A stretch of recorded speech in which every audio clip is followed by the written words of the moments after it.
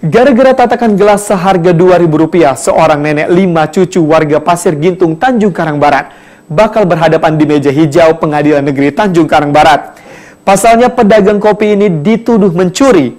Lain halnya dengan kakek di Desa Rulung Sari, Kecamatan Natar, Lampung Selatan yang mencabuli bocah ingusan kelas 1 SD hingga kini hukum sama sekali tidak menyentuhnya. Saya udah minta maaf, kesalahan kayak gininya kok dibesar-besarin gitu. Ini tatakannya, ini punya saya, punya dia sama begini, warnanya sama. Biru, saya kuning.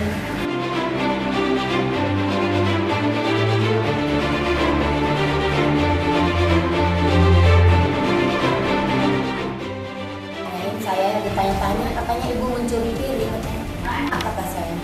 Di polisi juga saya ngobrol sama temennya, tiba-tiba ketika itu jalan, entah katanya, kan saya udah jelaskan cerita awal mulanya itu kan, saya jelasin, nggak mencuri, ke bawah kan.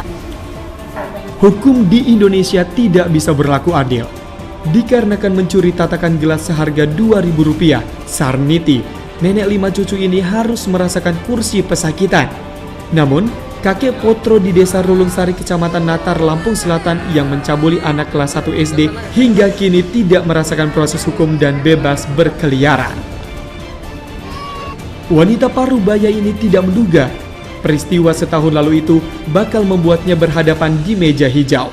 Pasalnya, polisi telah menetapkan Sarniti sebagai tersangka terkait tuduhan mencuri tatakan gelas sesama kedai kopi di Bandar Lampung. Sarniti menjelaskan, semua polisi memanggilnya dengan status saksi. Namun, saat tiba di Mapolsek Tanjung Karang Barat Selasa kemarin, penyidik memintanya untuk menghadiri persidangan perkara pencurian yang menjadikan dirinya sebagai terdakwa. Namun, sidang dibatalkan karena saksi pelapor tidak datang. Salah satu pengacara yang mendampingi Sarniti, Nurul Hidayah, menyesalkan pelaporan atas tuduhan pencurian tatakan gelas di Pasar Pasir Gintung tersebut. Menurut Nurul, perkara ini masuk ke dalam tindak pidana ringan yang seharusnya bisa selesai dengan musyawarah dan perdamaian antara kedua belah pihak, apalagi nilai kerugiannya hanya Rp2.000. Sarniti ini tidak pernah ditahan, wajib lapor ya, kalau dilapor saja. Otomatis kan itu sudah sebagai tersangka. Ya, tapi kenapa waktu panggilan yang tanggal 4 Mei itu ya, itu memanggil sebagai saksi gitu. Di situ kan ada kebingungan saya. Ya namanya nenek ini kan tidak tahu proses hukum. Bingungan dia pagi datang rumah saya, misalnya kambingnya. Nah ini surat panggilan pemanggilnya ada.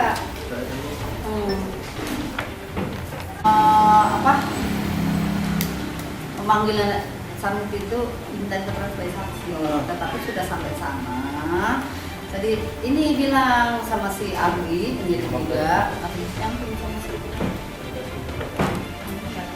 sampai di polsek. Katanya Mbak ini mau sidang Tepiring, loh kok bisa datang ke sidang Tepiring? Kok Tepiring, kata saya gitu.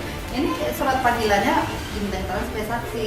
Kalau begitu begini di persidangan gitu. Nanti syaratnya saya sebagai penasihat hukum itu harus mendapat kuasa gitu secara tertulis dari nenek Sarniti. Maka saya mau baca kuasa dulu, kata saya gitu. Nggak bisa. Nanti di persidangan saya nggak boleh sidang, kata saya. Ya oke lah kalau gitu harus baca kuasa dulu. Akhirnya karena saya juga ada jadwal panggilan agama, ada sidang juga, saya telepon penyidik yang di Polres Mesa itu, mohon maaf hari ini tidak bisa mengambil sidang nenek Sarniti supaya ditunda dulu, kata saya. Kata Mbak, besok, kata saya gitu. Nah terus besoknya hari Selasa kami datang lagi, ayo sudah siap, kata saya, ini surat kuasa udah ada. Kata di sana, Mbak, kita nggak jadi nih dilimpahkan hari ini, nggak jadi sidang dulu ya hari ini karena apa pelapornya sakit. Oh gitu ya, sudah nggak masalah, kami sudah siap kok untuk sidang, kata saya begitu. Nah terus saya bilang begini, ada sepakat disuruh untuk datang ke pengadilan, terus datang ke polsek. Ya, pada waktu itu datang ke sana maksudnya mau dilimpahkan berkas dan orangnya mau dilimpahkan ke pengadilan untuk sidang Tepiring. Tapi di surat panggilannya memanggil sebagai keterangan saksi.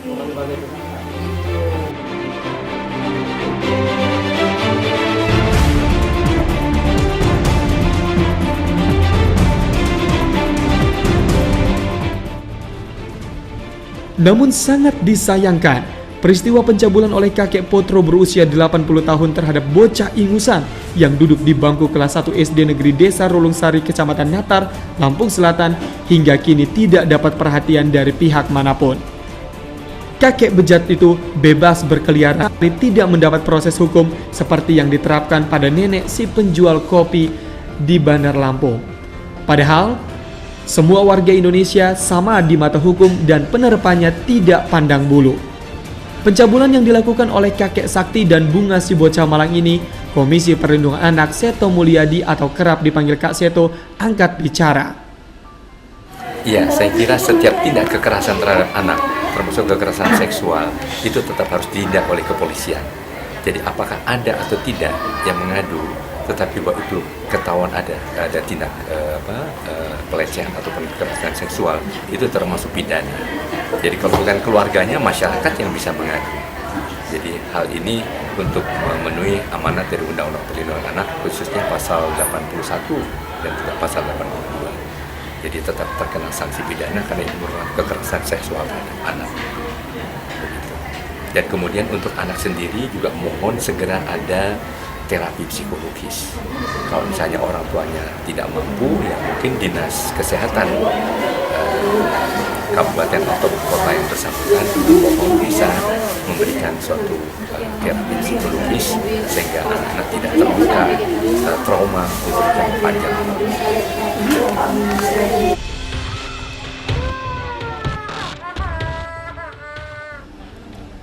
Tunas bangsa sekecil bunga direnggut segalanya oleh kakek Potro bejat ini, seharusnya mendapatkan perlindungan hukum dari negara. Namun ironisnya, hingga kini tak satupun badan perlindungan anak atau sejenisnya yang memperhatikan nasib bocah kecil malang di Desa Rolungsari, Kecamatan Natar, Lampung Selatan ini. Tim Liputan Tegar TV melaporkan.